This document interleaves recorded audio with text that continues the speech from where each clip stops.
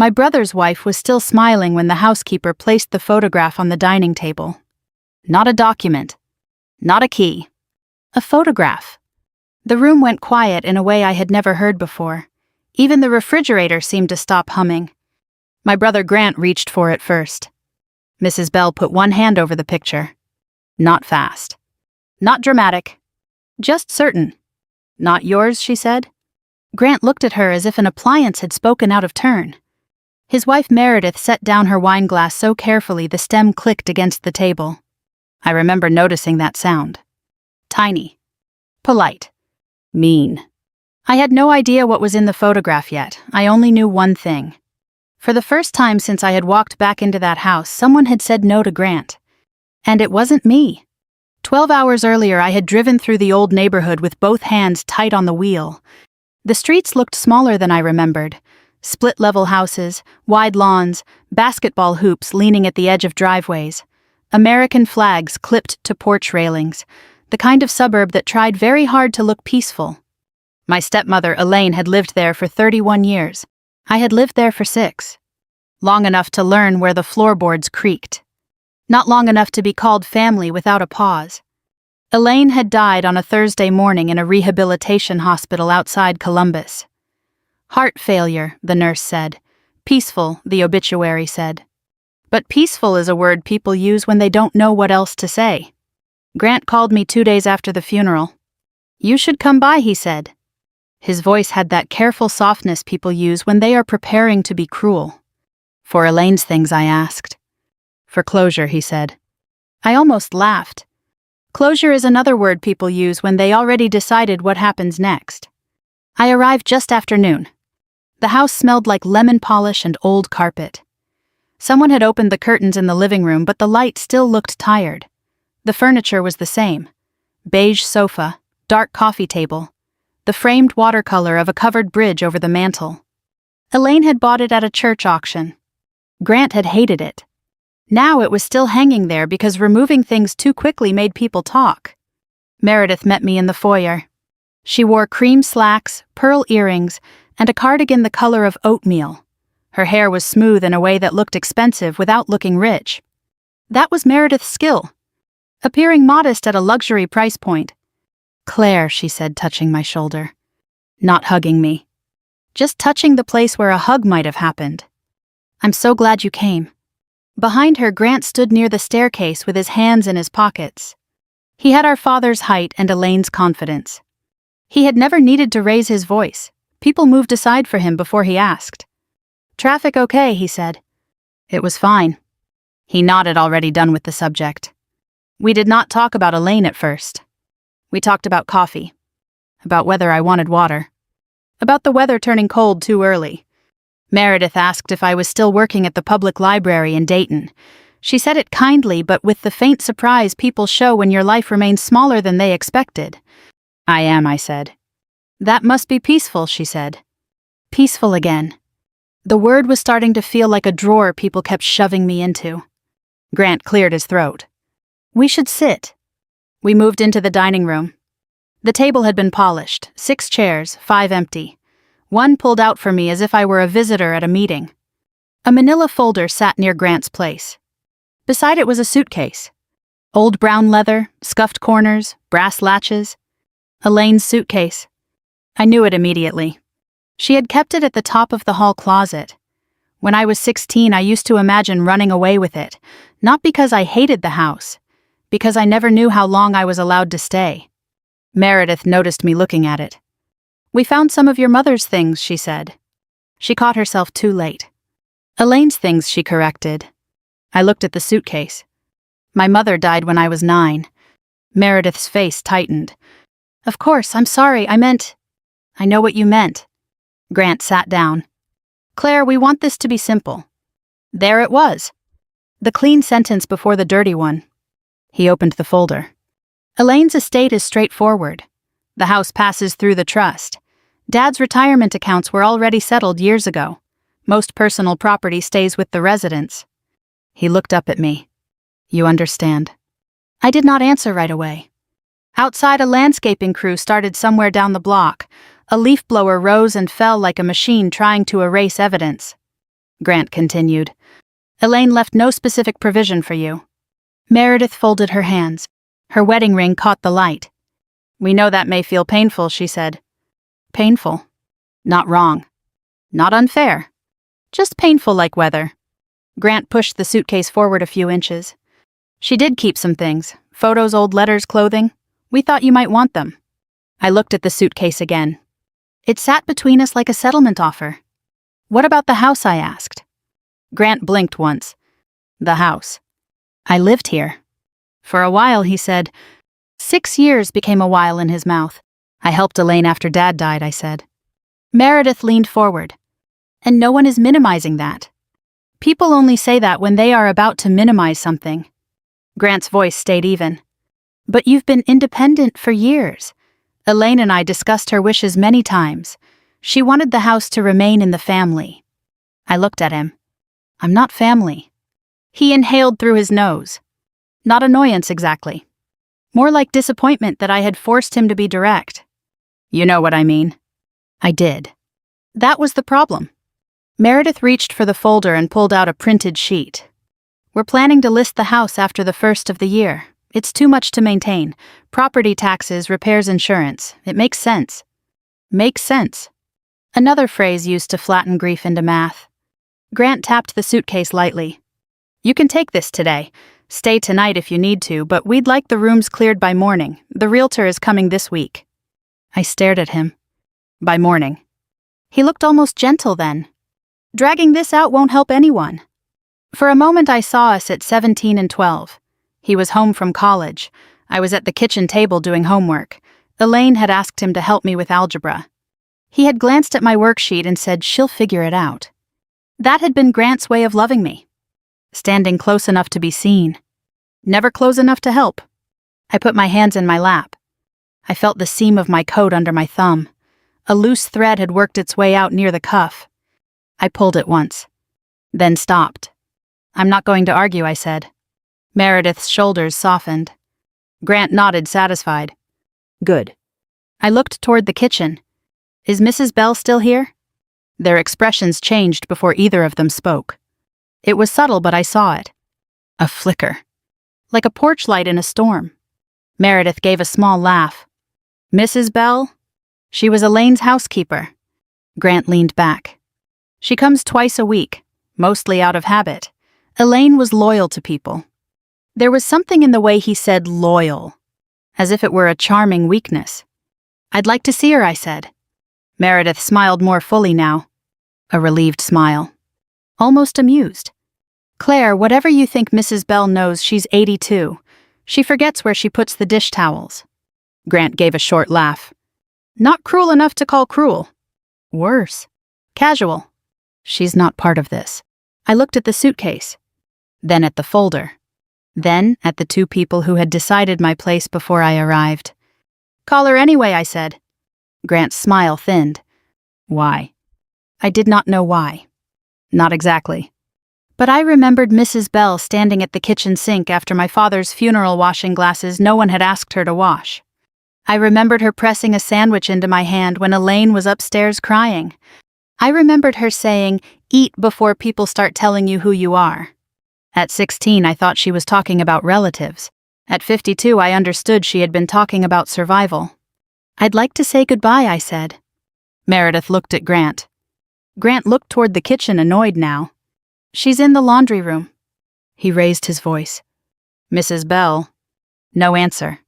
Then a sound came from the hallway. Slow footsteps. Not weak. Measured. Mrs. Bell appeared in the dining room doorway wearing a navy cardigan and gray slacks. Her white hair was pinned at the back of her head. She held a folded dish towel in one hand. She looked at Grant first. Then Meredith. Then me. Her face did not change. But her eyes did. Oh, she said softly. You came. Something in my chest moved. Not broke. Moved. Grant gestured toward the chair. Claire wanted to see you. Mrs. Bell did not sit. She looked at the suitcase. Then the folder. Then back at me. They gave you that. Meredith's smile tightened. We're trying to help Claire sort through Elaine's personal items. Mrs. Bell nodded once. Personal, she said. Grant sighed. Mrs. Bell, this is family business. She turned her head slowly. I know. The room went still. Grant frowned. You know what? Mrs. Bell stepped forward. Her shoes made almost no sound on the hardwood. She reached into the pocket of her cardigan. Meredith watched her hand. I watched Grant's face. Mrs. Bell took out a photograph. She placed it on the dining table between the folder and the suitcase. Face down. No one moved. Then she turned it over. The photograph showed 3 women standing in front of a church basement door. I recognized the building before I recognized the faces. St. Luke's on Maple Street. The door led down to the fellowship hall. Folding tables, metal chairs, coffee that always tasted slightly burned. I had not been inside that basement in years. The woman on the left was Elaine. Younger than I remembered her. Her hair darker, pulled back loosely. She was not dressed for church. No pearls, no pressed blouse. Just a denim shirt and a cardigan. She looked unguarded. That was the first thing that unsettled me. Elaine did not do unguarded. The woman in the middle stood half a step behind her. I did not know her. Late 20s maybe. Nervous smile, hands folded in front of her like she did not know where to put them. The third woman stood on the right. Closer to the camera. Her face turned slightly. I leaned forward without meaning to. My breath caught.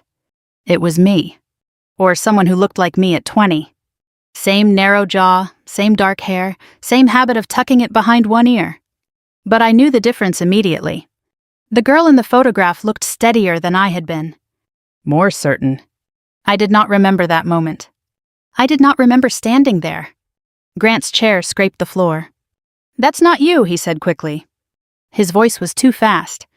Mrs. Bell did not look at him. She looked at me. You don't remember, she said. It was not a question. Meredith leaned closer to the table studying the photograph. What is this, she asked. Grant reached for the photo again. Mrs. Bell slid her hand over it. Not aggressive. Just firm. I said, not yours. Grant's jaw tightened. This is ridiculous. Claire, you know that's not you. I did not answer. I kept looking at the girl in the picture. There was a small detail that stayed with me. A plastic name tag clipped to her shirt. White, cheap. The kind they handed out at meetings.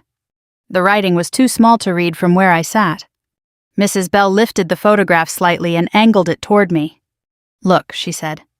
I leaned closer. The name tag came into focus. Claire. No last name. Just Claire. My stomach shifted. I don't remember this, I said. Mrs. Bell nodded. I know. Meredith straightened. Okay, she said carefully. Even if this is Claire, which I'm not convinced it is, what does this have to do with anything? Her tone had changed. Still polite. But tighter now. Controlled. Mrs. Bell folded the dish towel in her hands again, one corner over the other, then again. A lot, she said. Grant exhaled. Mrs. Bell, we don't have time for this. You never did, she replied.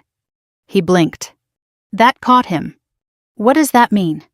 Mrs. Bell did not answer him. She kept her eyes on me. You were here before, she said. In that basement. I shook my head slowly. No.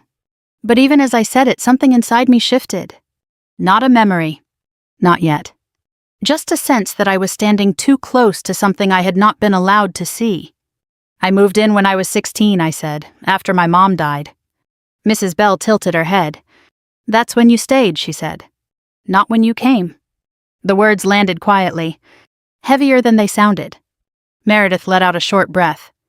I'm sorry, what does that mean, not when you came? Grant stood up. This is going nowhere. Claire, if you want to take the photo, fine. But we need to finish this. He tapped the folder. We have a timeline, the realtor. Grant, I said. He stopped. I had not raised my voice.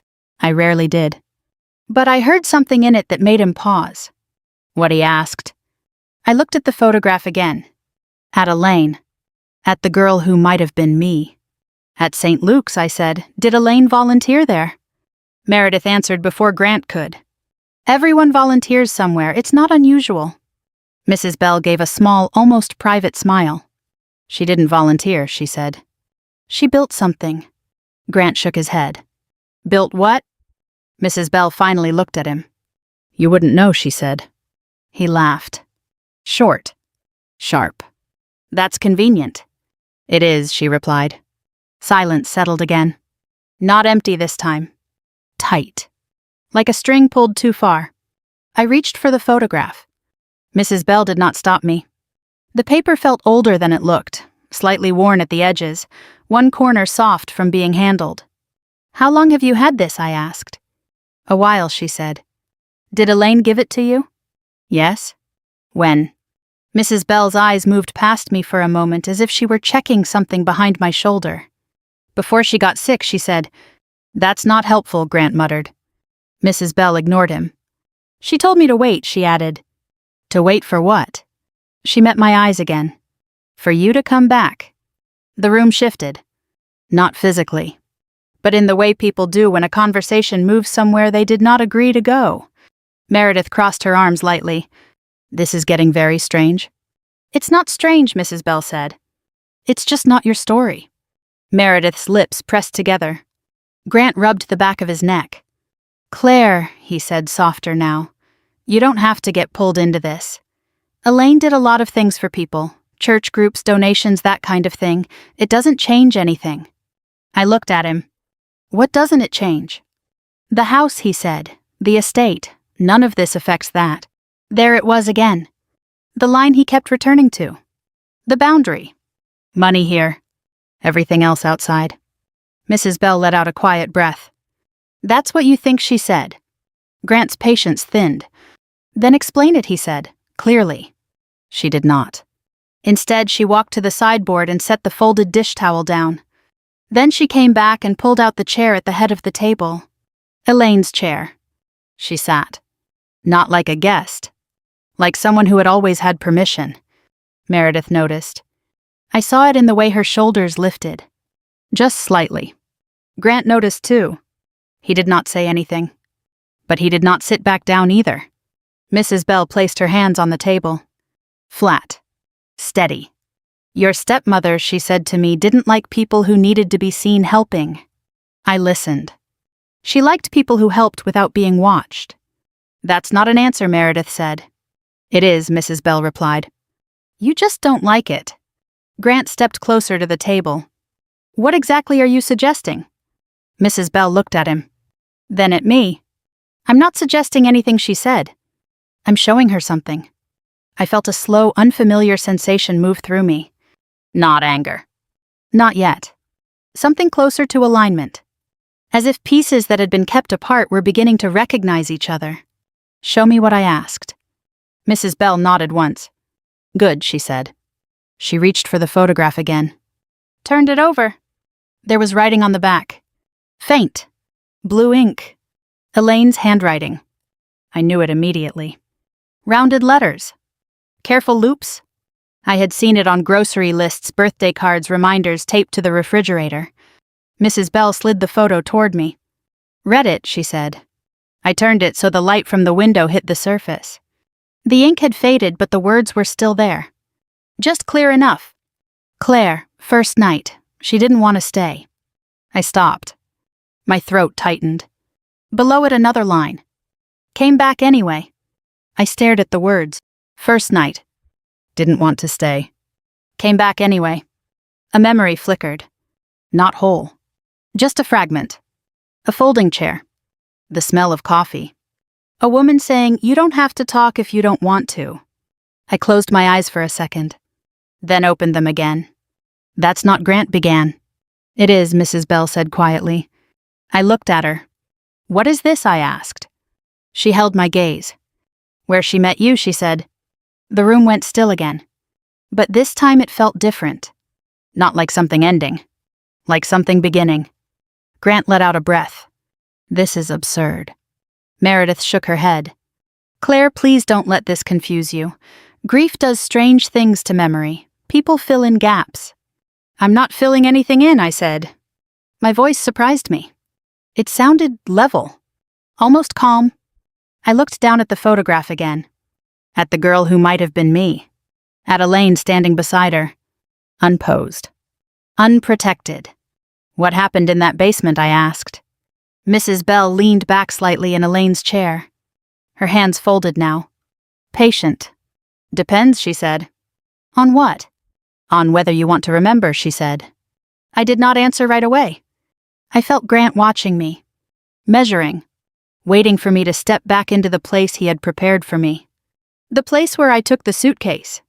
Said thank you. Left quietly. I picked up the photograph, held it in both hands. I'm not leaving tonight, I said. Grant's jaw tightened again. We agreed. I didn't agree, I said. I set the photograph down carefully. I said I wouldn't argue. Meredith looked at Grant.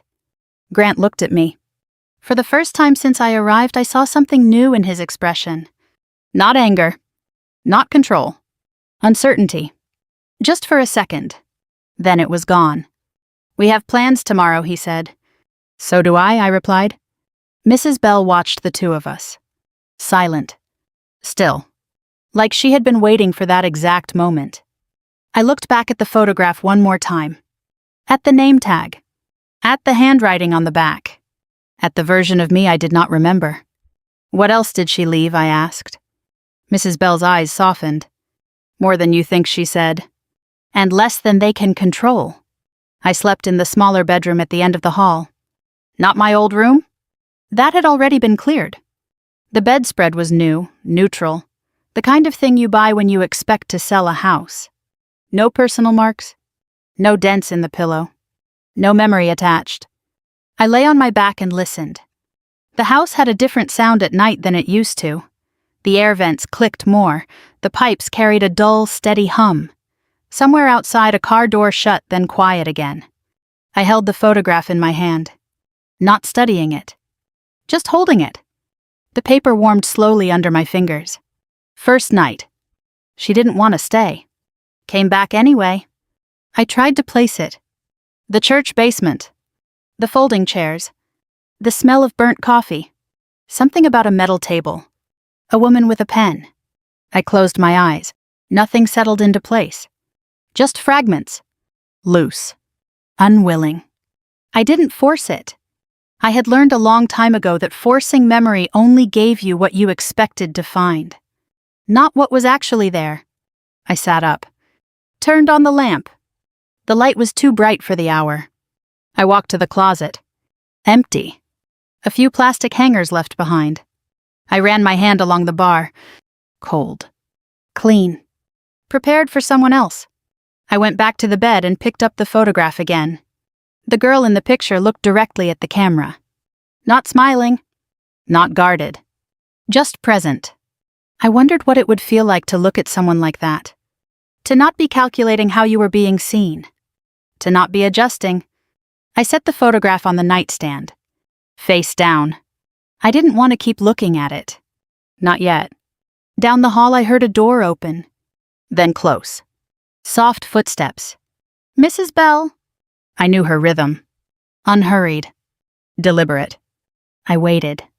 The footsteps paused outside my door. A light knock. Not a question.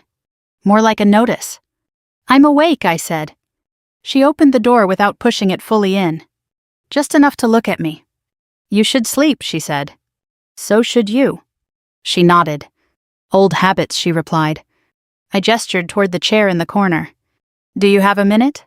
She came in. Closed the door behind her. Saturday. Not fully. Perched. Like she was ready to stand again. I picked up the photograph and turned it over in my hands. You said that's where she met me. Mrs. Bell looked at the picture. Then back at me. That's right. I don't remember it. I know. I waited. She did not fill the silence. That was her way. You had to decide what to ask. What was it? I said finally. The basement. She folded her hands. Group, she said. What kind of group? The kind people don't talk about in daylight. I let that sit. What volunteering? She shook her head. Number. The word landed quietly. Firm. You were there, she said, because you needed to be. I leaned back against the headboard. That doesn't make sense. It will. When you stop trying to make it neat, she said. I exhaled. Slow. Measured. What did she do there? I asked. Elaine. Yes. Mrs. Bell's mouth softened. She listened, she said. That's not a job. It is if no one else does it, she replied. I looked at the photograph again. At Elaine's face. I had never seen her like that. Not in the kitchen. Not at holidays. Not at the hospital. You said she built something, I said. Mrs. Bell nodded. Not with money, she added. With what then? Time, she said. Patience. Privacy. I let that settle. And she didn't tell me. Mrs. Bell's eyes shifted slightly. Not away. Just aside. She told you what you needed, she said. That's not an answer. It is, she replied. You just don't like it. I almost smiled. Almost. Grant knows I asked. She shook her head. Not really. But he said, he knows what it looks like, she said. He doesn't know what it is. And Meredith. Mrs. Bell gave a small dismissive motion with her hand.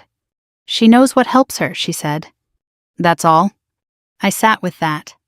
The distinction. Looking like you understand something. Actually understanding it. I had lived most of my life in the space between those two things. Why give me the photo now, I asked.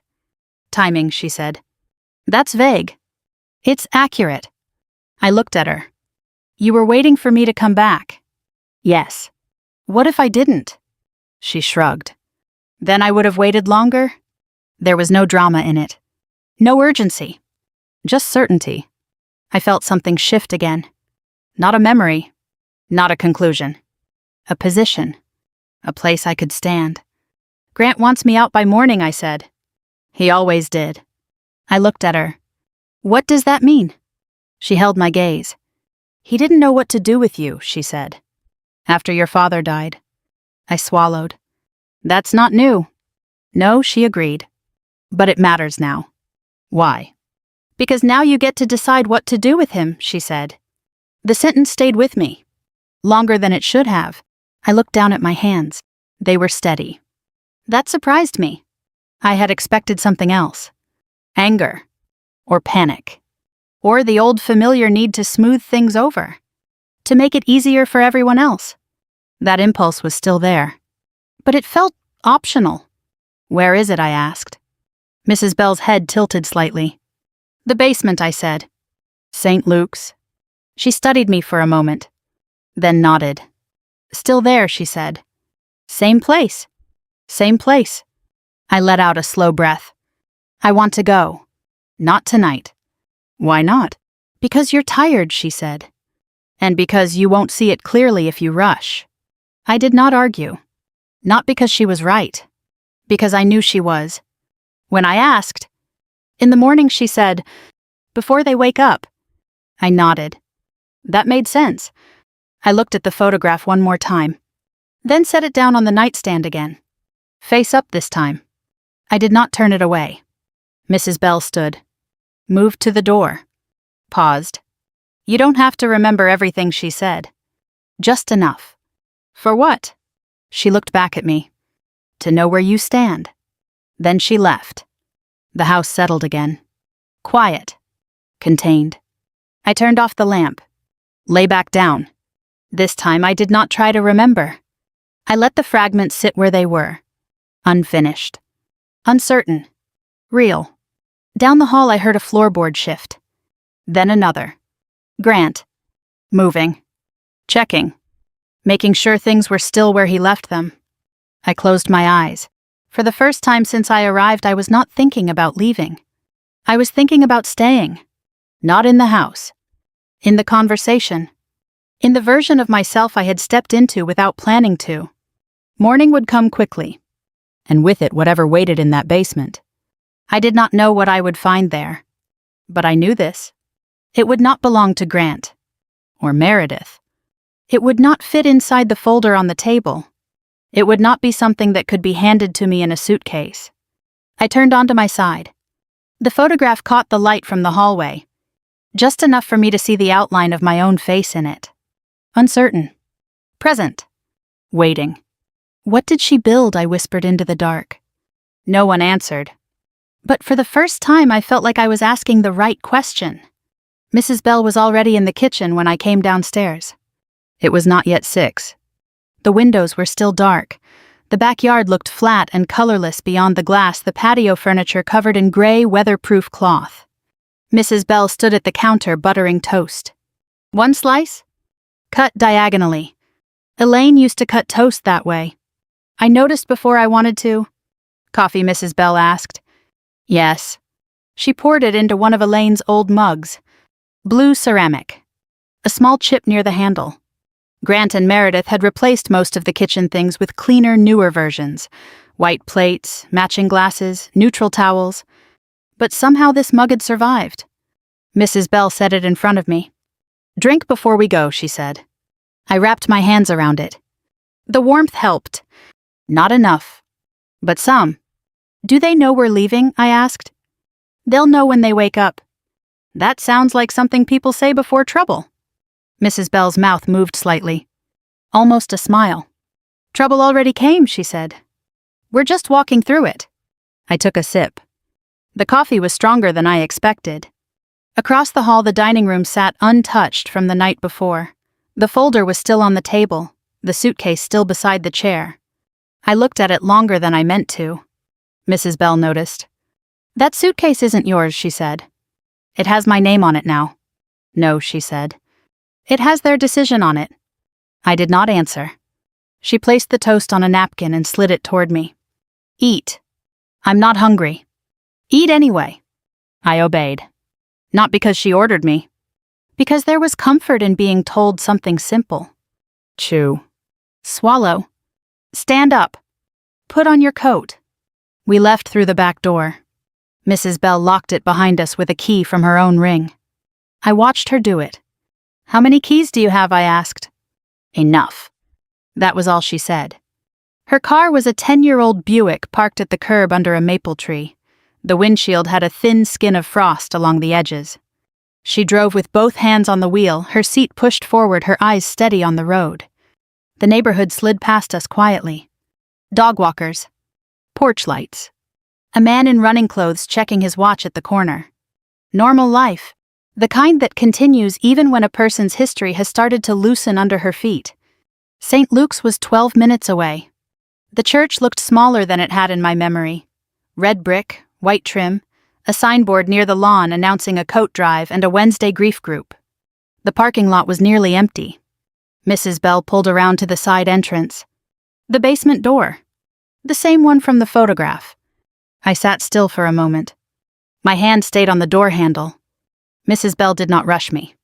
This is where I asked? Yes. The question had been too small for what I meant. She understood anyway. We went down the concrete steps. The air changed immediately. Cooler. Damp. A faint smell of coffee floor wax and old paper. The fellowship hall opened at the bottom. Fluorescent lights buzzed above us. Folding tables were stacked against one wall. Metal chairs stood in uneven rows. Nothing dramatic.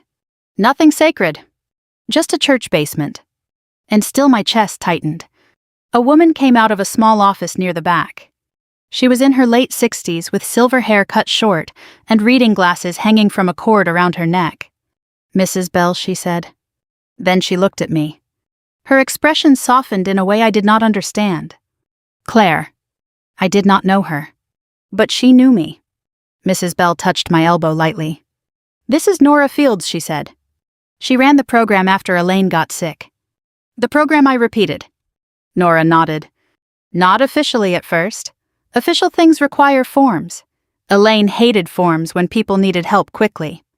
There was warmth in her voice. And caution. As if she knew every word might change the way I remembered my life. What program? I asked. Nora looked at Mrs. Bell. Mrs. Bell gave one small nod. Nora opened the office door wider. Come in. The office was plain. 2 file cabinets. A desk with a calendar from a local insurance agency. A bulletin board filled with notices, utility assistance, housing resources, a flyer for a women's financial literacy workshop, a church pantry schedule. On the desk sat a cardboard archive box. My name was written on the lid. Claire. No last name. Just like the tag in the photograph. I stared at it. Nora did not touch the box. Neither did Mrs. Bell. They let it sit there. A thing waiting for permission. "What is that?" I asked. "Yours," Nora said. My voice came out thinner than I wanted. "I don't have anything here." Mrs. Bell looked at me. "That's what they told you." I swallowed. Nora pulled a chair out for me. I sat. My knees felt unreliable. She opened the box. Inside were folders, envelopes, a few photographs, and a small spiral notebook with a bent cover. Nora lifted the first folder. "Elaine began keeping notes after your mother died," she said. I looked up. "My mother?" "Yes." She knew my mother. Nora glanced at Mrs. Bell. Mrs. Bell's face had gone very still. "She knew of her," Nora said carefully. "Through the hospital social worker." Something in me went cold. Not fear exactly. Recognition arriving before memory. Nora continued. "Your mother came through St. Luke's emergency assistance program during her treatment. Medical bills, transportation, groceries. Elaine helped coordinate rides sometimes." I heard the words. I understood them. But they did not fit the story I had lived with. My father told me Elaine met him after my mother died. Nora's hands rested on the folder. He probably found that easier. I looked at Mrs. Bell. She did not look away. "He lied?" I asked. Mrs. Bell answered softly.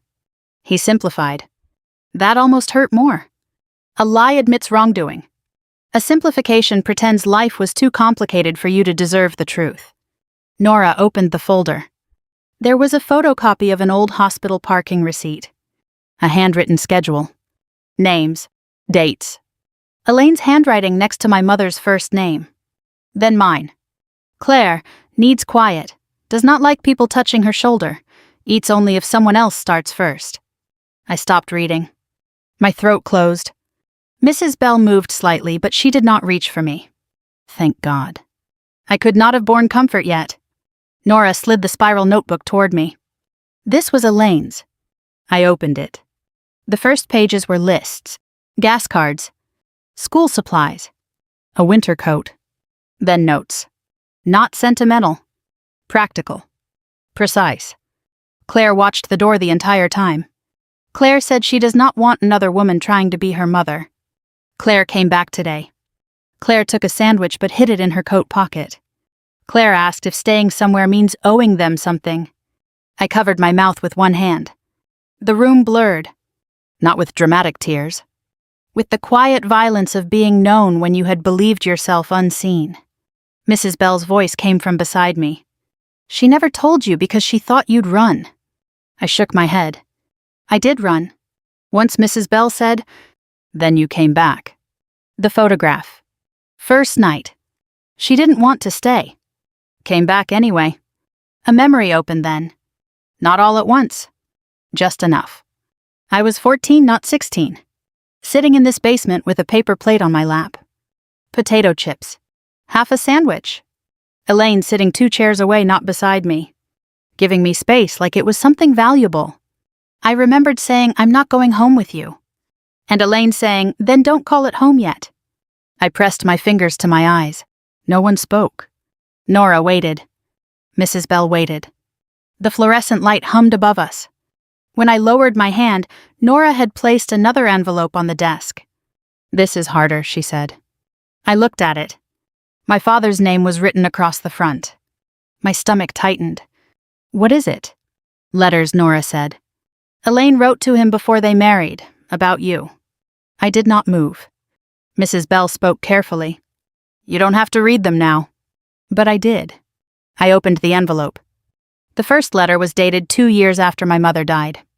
Dear Robert, Claire is not difficult. She is frightened. There is a difference. I stopped. Grant had called me difficult most of my life. Not loudly. Not cruelly. Just often enough that the word had settled under my skin. Difficult. Sensitive. Private. Hard to reach. Elaine had seen something else. I read the next lines. If we bring her into this house, we cannot treat her like charity. We cannot make belonging conditional on gratitude.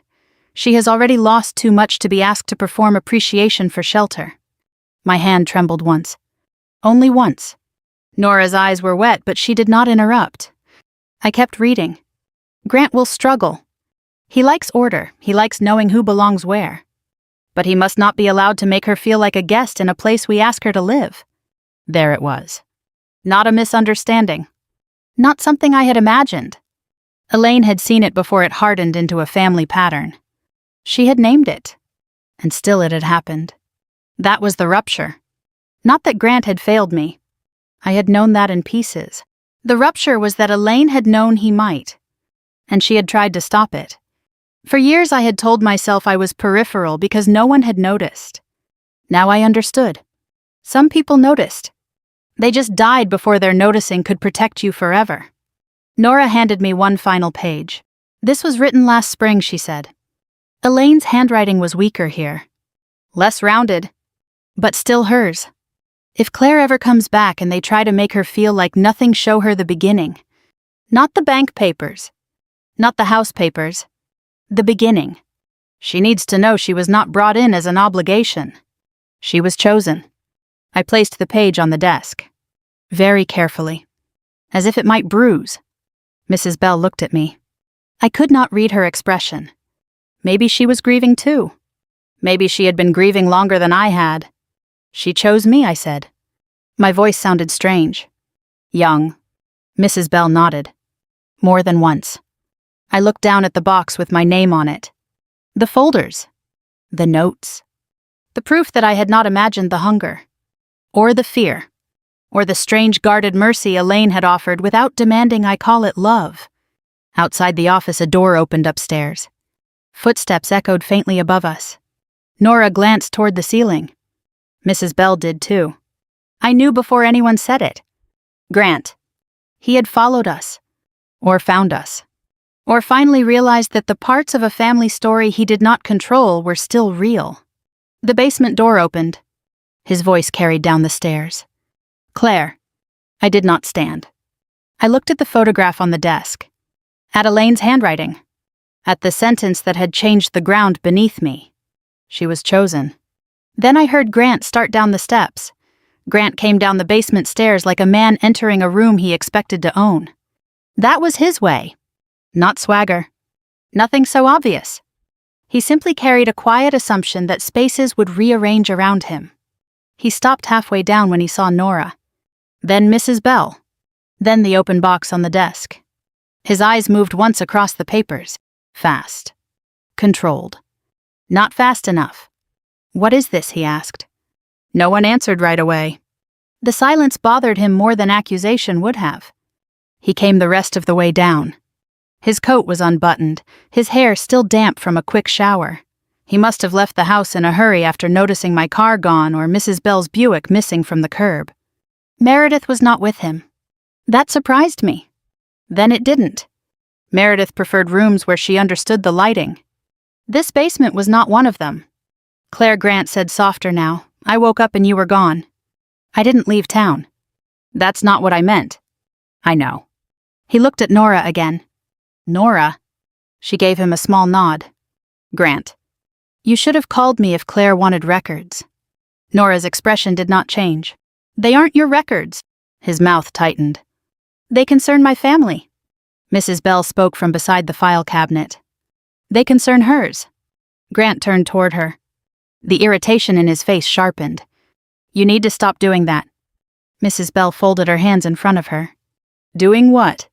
Acting like you're in charge of things you were paid to clean. The sentence landed hard. Not loud. Hard. Nora looked down. Mrs. Bell did not flinch. I did. Not visibly, I hoped. But somewhere inside me a door closed. There are sentences that reveal a person more clearly than years of conversation. That was one of them. Grant seemed to realize it too late. His eyes flicked toward me. I didn't mean it that way. Yes, you did, I said. He looked hurt. That old trick. The injured face of someone disappointed that his words had consequences. Claire, this is getting out of hand. I lifted Elaine's notebook from the desk.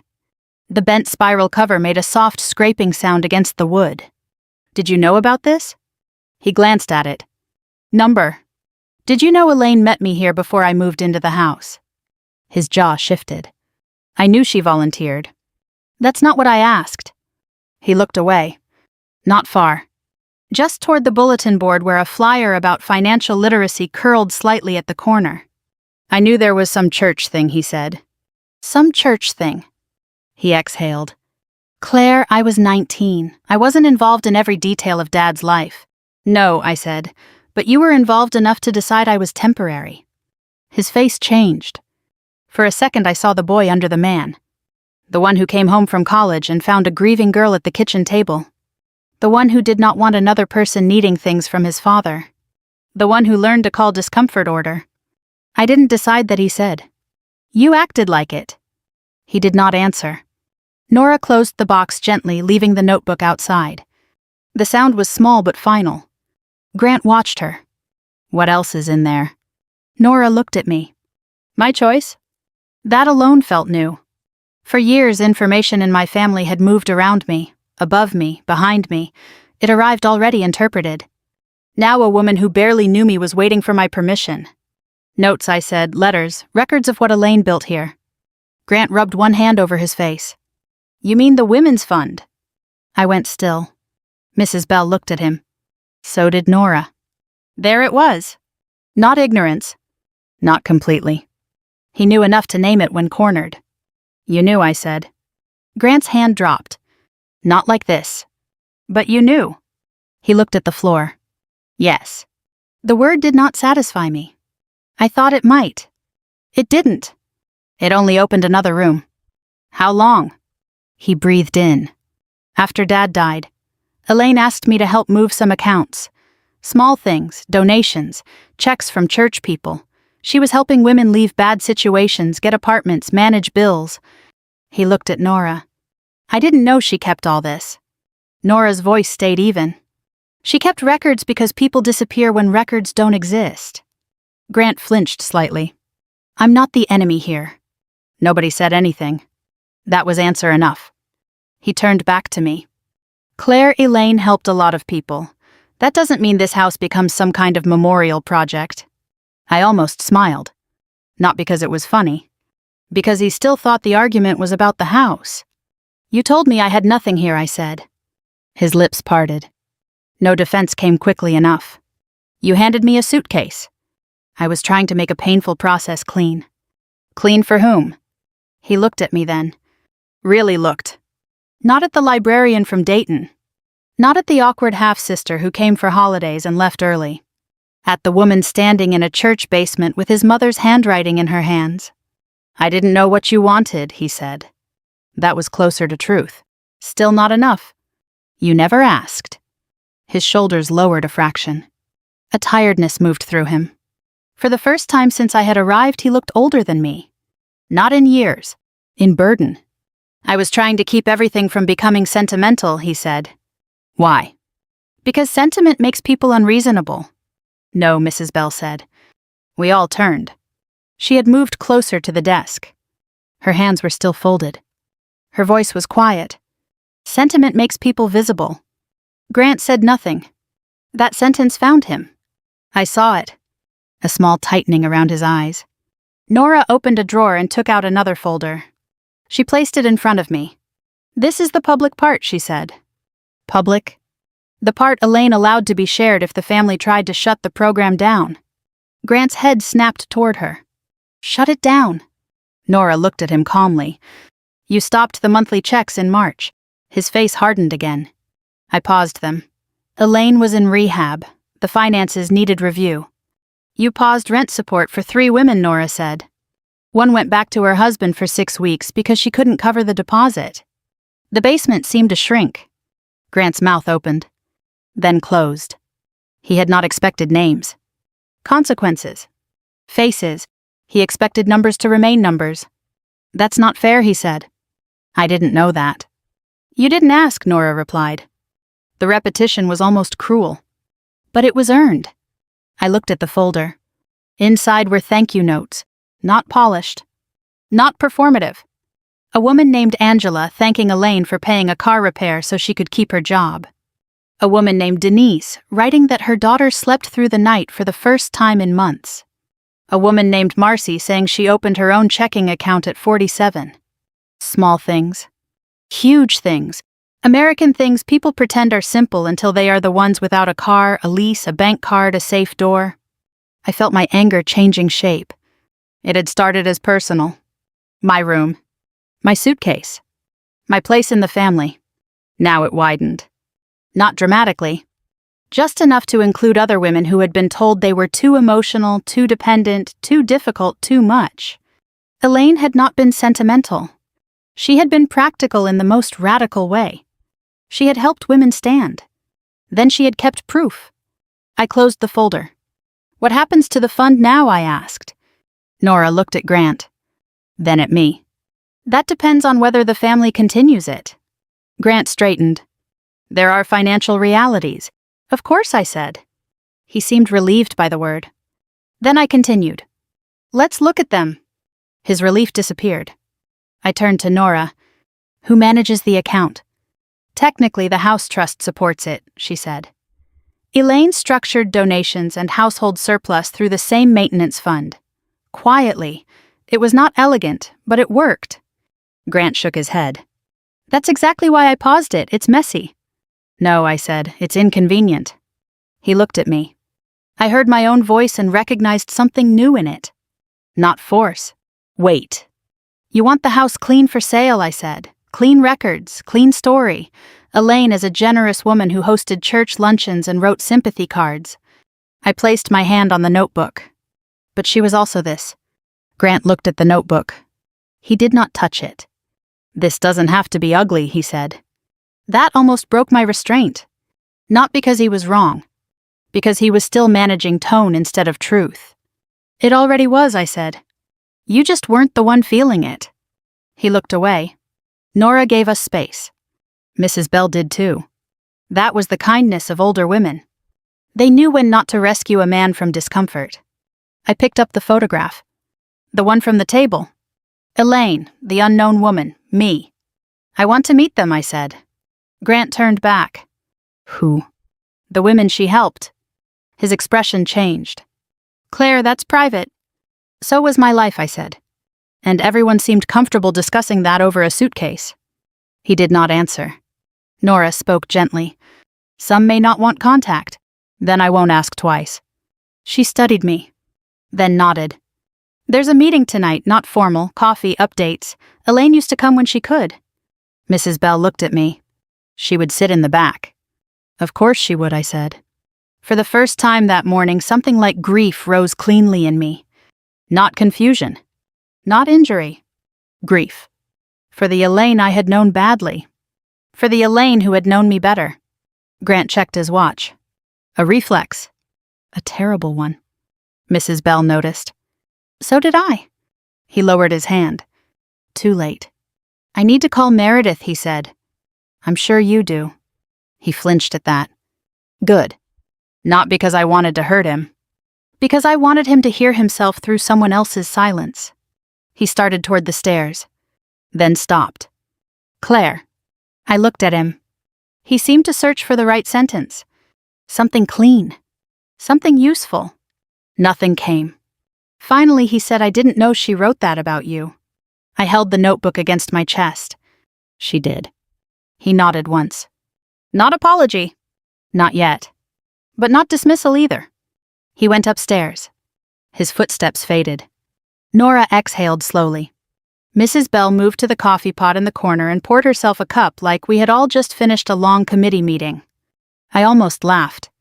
Instead, I sat down again. The basement felt different now. Not safer. More honest.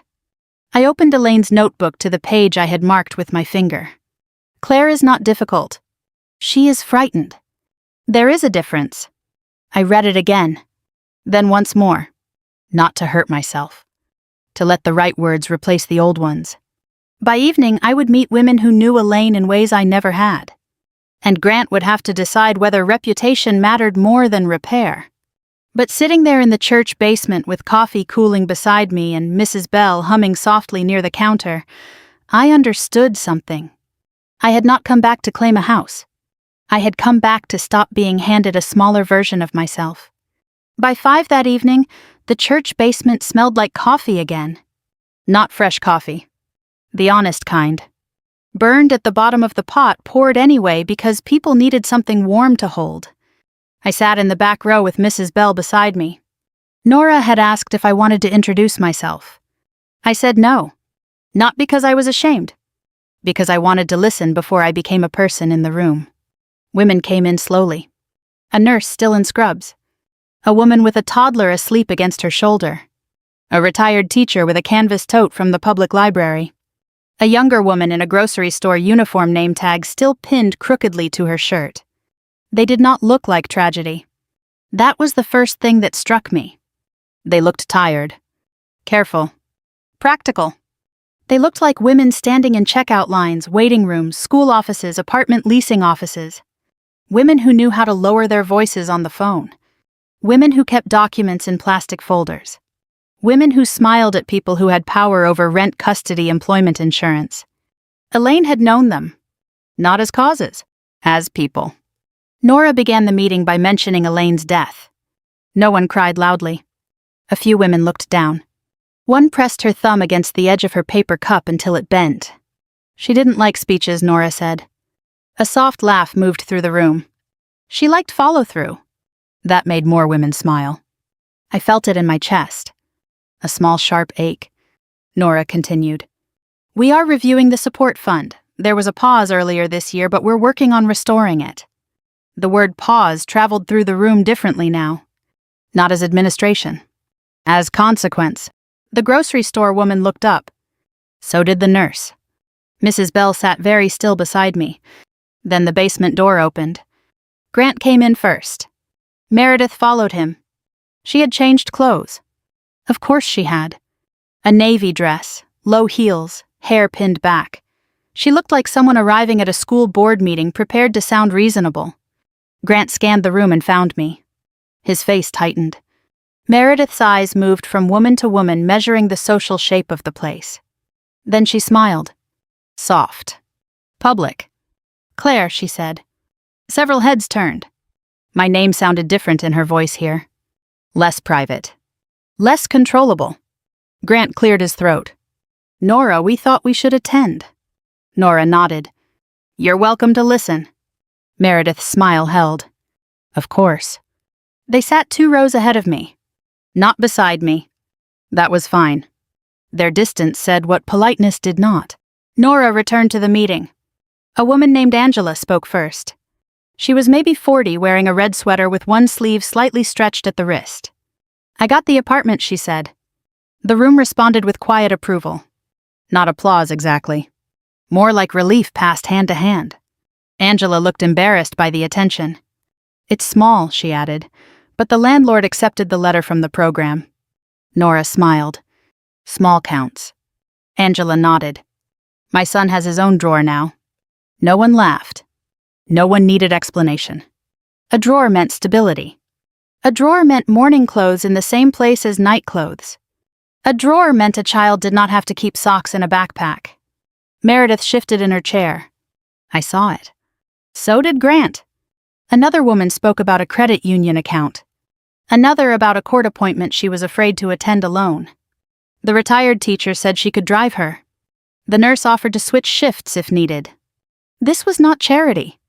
It was infrastructure. Quiet. Unbranded. Human. Then Nora asked if anyone wanted to say something about Elaine. The room grew still. A woman in the front row raised her hand. She had silver-streaked hair and a beige coat folded neatly over her lap. I'm Denise, she said. Her voice was calm, but her fingers worked at the edge of her sleeve. Elaine paid my car insurance the month I was going to let it lapse. She looked toward the floor. I thought she was judging me. I had 3 kids and no plan that made sense. A few women nodded. She said, a plan is just a thing you build after the bleeding slows. The room stayed quiet. Denise smiled a little. I hated that sentence at the time. A soft breath of laughter. Then Denise looked back at Nora. But she was right. I looked at Grant. He was staring at his hands. Meredith's posture had changed. Less polished now. More rigid. The kind of stillness people use when they are afraid emotion might become accusation. Nora turned to me. Not asking.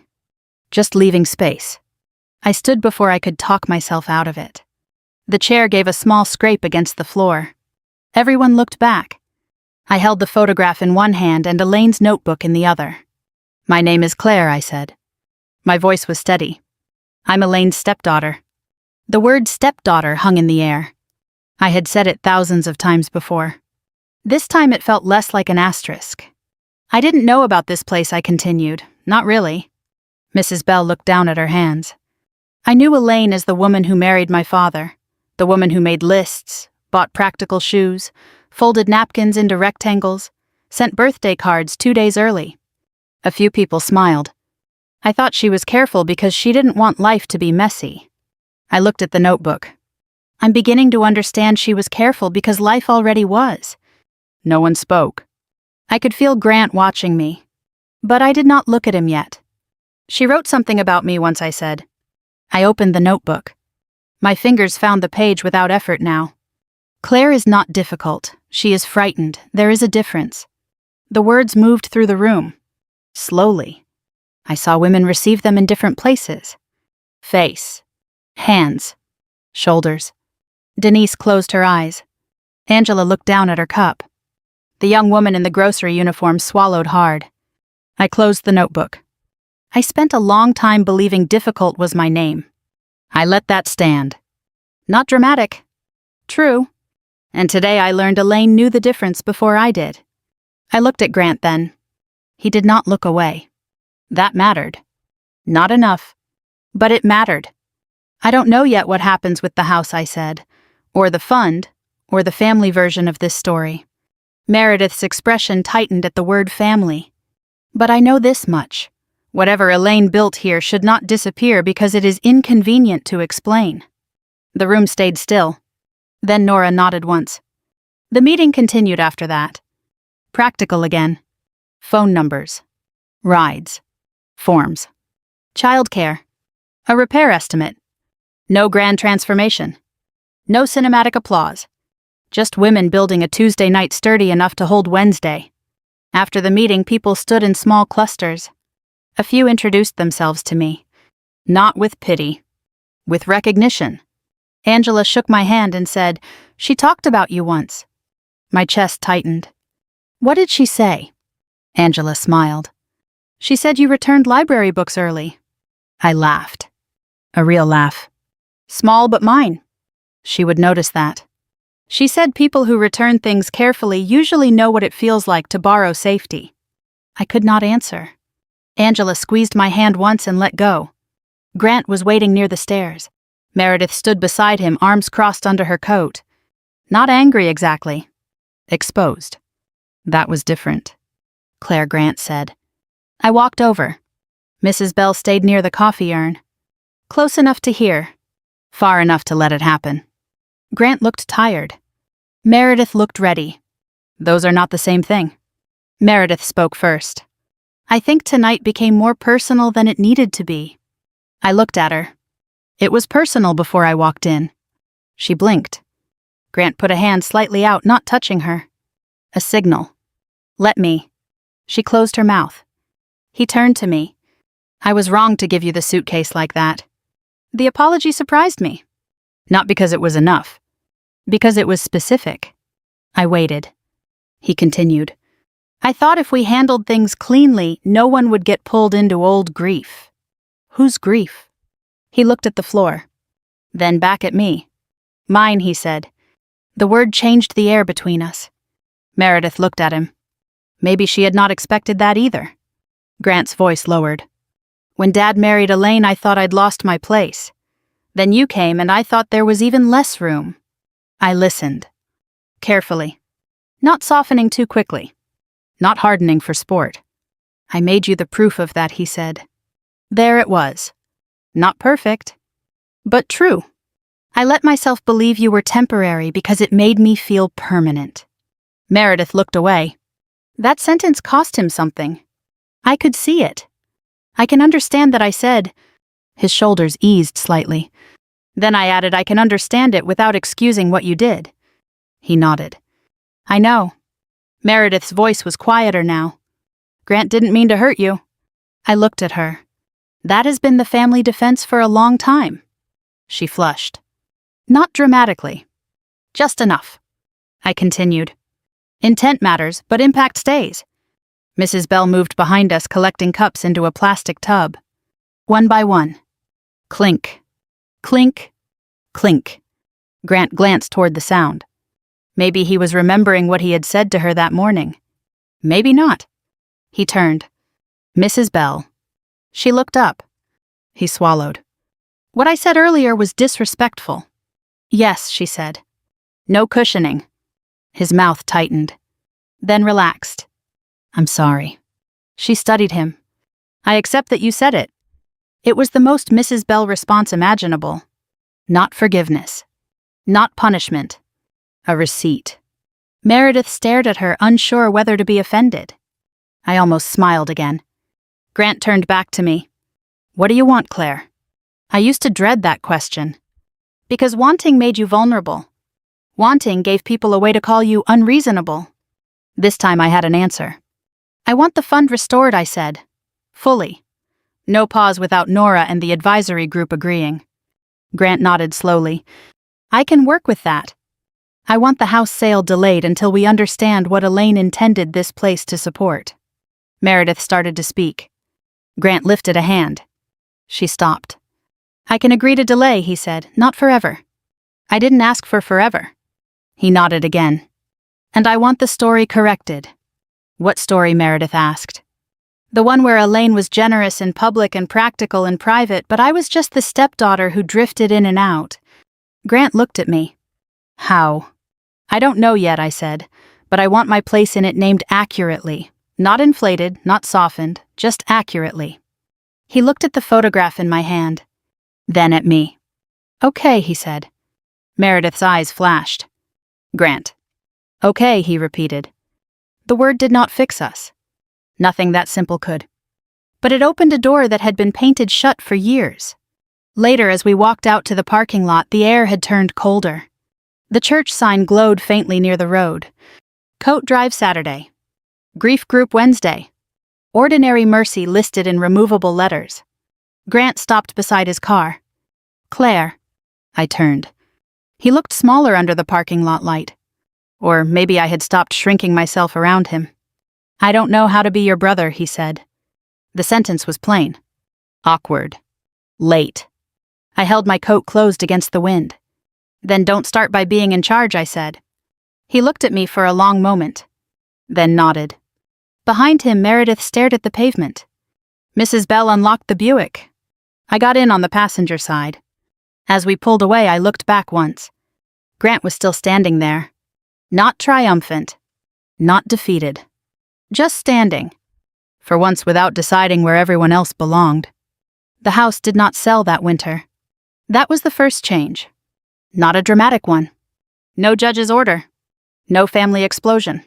No final scene where someone stormed out and slammed a door hard enough to settle 30 years of history. Just a delayed listing. A canceled realtor appointment. A house allowed to remain itself a little longer. In January, Grant sent an email to Nora and copied me. Subject line, Elaine's Fund. It was the kind of email he knew how to write. Clear. Brief. Controlled. He acknowledged that the support payments had been paused without enough understanding of their impact. He agreed to restore the monthly contributions through spring. He asked for a meeting with the advisory group to review long-term structure. It was not poetry. It was not confession. But it was repair in the language he trusted. Numbers. Dates. Accountability. I read it twice at the circulation desk during my lunch break. Then I printed it. Not because I needed paper. Because sometimes proof feels different when you can hold it. The library was quiet that afternoon. A woman in a red coat helped her grandson choose dinosaur books. 2 teenagers sat near the windows pretending to study. An older man asked if we still carried tax forms. Real life kept returning to its little stations. I folded Grant's email and placed it inside Elaine's notebook. The one Nora had copied for me. The original stayed at St. Luke's. That felt right. Some things belonged where they had done the most good. I did not move into the old house. People asked me that later. Not directly at first. They asked what I planned to do, where I would spend the holidays, whether it felt strange to leave a place after finally being seen in it. The answer was yes, and no. The house had mattered because people used it to decide my worth. Once I understood that I no longer needed it to prove anything, I kept my apartment in Dayton. Second floor, narrow kitchen, radiator heat, a bedroom window that looked over a parking lot and 2 stubborn maple trees. It was not impressive, but every key on my ring belonged to me. That February, I drove back to Columbus for the first advisory meeting. St. Luke's basement looked the same. Fluorescent lights, coffee urn, folding chairs. But something had shifted. Grant sat at the end of the table with a legal pad in front of him. Meredith sat beside him, quieter than before. She wore no pearls that day, just a gray sweater and her hair pulled back. Mrs. Bell arrived 10 minutes late with a grocery bag full of cookies. Store-bought. She placed them in the middle of the table as if they were evidence. Nora began with updates. Angela had kept the apartment. Denise was helping 2 women learn how to compare car insurance quotes. Marcy had started a small Saturday workshop about checking accounts' overdraft fees and why banks act friendly until you make a mistake. Grant listened. Really listened. Not perfectly.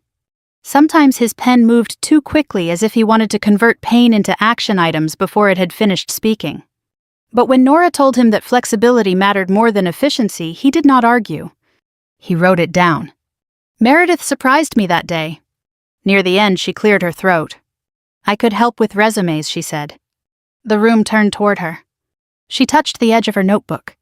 I used to work in HR before the kids. I know how to format things so employers actually read them. No one rushed to praise her. That was good. Praise too early can become escape. Nora nodded. That would be useful. Meredith looked relieved, then uncomfortable with her own relief. After the meeting, she approached me near the coat rack. Claire, she said. I waited. She looked toward the basement door, then back at me. I thought I understood your role in the family because Grant explained it to me. That sentence had edges. She knew it. I shouldn't have let his version become mine.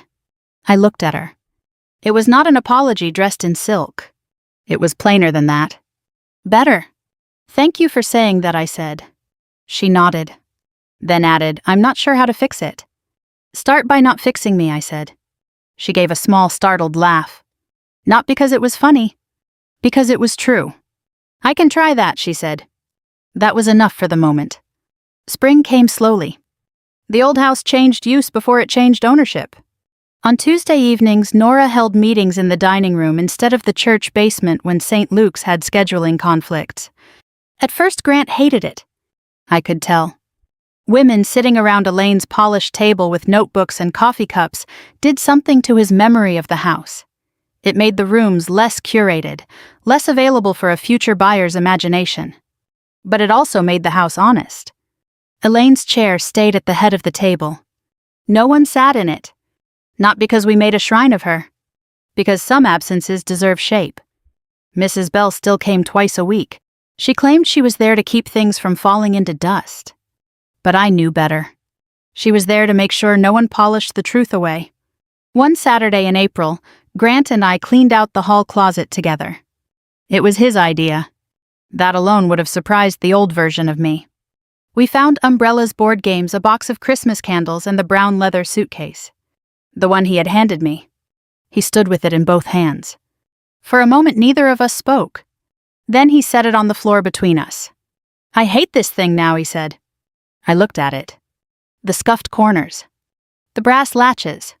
The object that had once held my assigned place. You should, I said. He almost smiled. Then didn't.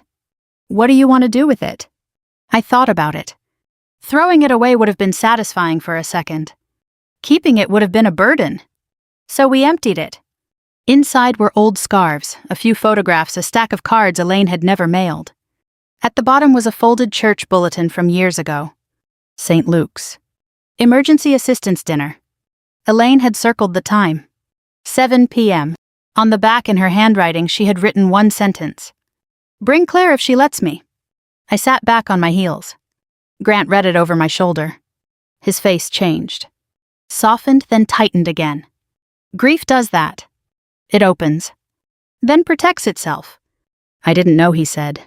I believed him this time. Not because ignorance excused him. Because truth sometimes arrives in layers, and one layer had finally reached him. I folded the bulletin carefully. Neither did I. He looked at the suitcase. We could donate it? To who? He thought for a moment. Nora said some women leave with trash bags. I looked at him. There it was. Not guilt performing usefulness. Usefulness growing out of guilt. That's a good idea, I said. We did not make a ceremony of it. A week later, the suitcase went to St. Luke's. Nora filled it with toiletries, socks, a grocery card, a notebook, pens, and a prepaid phone charger. A practical inheritance. Elaine would have liked that. By summer, the advisory group had a name. The Elaine Harper Quiet Start Fund. Grant wanted something more formal. Meredith suggested foundation. Mrs. Bell said foundations sounded like buildings, and buildings had a habit of forgetting people. Quiet Start stayed. The house was eventually sold, but not quickly. Not cleanly. Not as a staged property stripped of history. Part of the sale proceeds went into the fund. Another part covered deferred repairs and taxes. Grant kept what was his. I received a modest share, more than I expected, and less than a movie would require. It was enough to pay off my car and put money into retirement. That mattered. Middle-aged women know the spiritual value of a paid-off car. Grant and I did not become close in the way people imagine after family reckonings. We did not talk every Sunday. We did not suddenly understand each other's childhoods with perfect generosity. But he called before Thanksgiving. Not to ask whether I was coming. To invite me. There is a difference. I'd like you there, he said. I stood in my kitchen watching rain collect on the window. Will Meredith. A pause. Then yes. I believed him. So I went. Not for the whole weekend. Just dinner. I brought rolls from a bakery near my apartment and a cranberry dish Elaine used to make badly. Mine was not much better. Grant noticed. She always burned the orange peel, he said. I know. We both laughed. Small. Careful. Real. At the table, Meredith asked me about the library without making it sound like a consolation prize. Their daughter Lily asked why everyone kept saying Grandma Elaine helped people quietly. Grant looked at me, then answered her himself. Because sometimes people need help without becoming a story other people tell at dinner. I looked down at my plate, not to hide tears. There were none. Just to give the moment room. Later, before I left, Lily handed me a drawing. A house with a blue door. 4 women standing outside. One had white hair. Mrs. Bell apparently had become a legend. At home that night, I placed the drawing beside the photograph on my small bookshelf. Elaine in front of the church basement. Me in a name tag I did not remember. A woman I later learned was named Teresa, who had used the fund to leave a marriage where money had been a locked door. I had met Teresa in August. She told me Elaine never asked why she stayed so long. Only what she needed first. That was Elaine's gift. Not rescue. Sequence. First safety. Then breath. Then choices. I bought a simple frame for the photograph. Nothing ornate. Wood, warm brown. I set it where I would see it each morning before work. For a long time I thought dignity was something other people granted. A place at the table. A name in a will. A room no one could ask you to leave. Now I think dignity is quieter than that.